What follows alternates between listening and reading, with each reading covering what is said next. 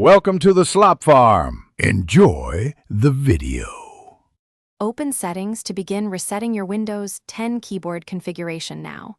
Click the Start button, then click the gear icon to open Settings. Select Time and Language to reach region and language options quickly. Click Language on the left side to view installed languages and keyboard layouts. Remove any extra language packs you do not use to prevent layout switching. After cleanup, sign out or restart Windows to ensure the default keyboard settings apply system-wide. Choose your primary display language to set the default keyboard layout for typing.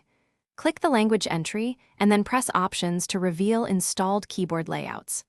Press Add a keyboard to include the correct layout, such as US QWERTY or United Kingdom.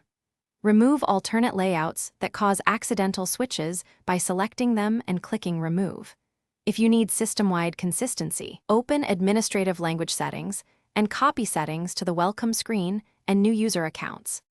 If layouts still switch unexpectedly, disable the language hotkey in Advanced Keyboard Settings. Open Control Panel and search language bar options to change or disable hotkeys entirely. For driver issues, open Device Manager to locate the keyboard driver. Right-click the keyboard device, choose Uninstall Device, then restart Windows to reinstall the driver automatically. After reboot, open Notepad and test typing to verify all keys, produce the expected characters, and that your default layout remains active. Thanks for watching. Consider subscribing if we helped you today.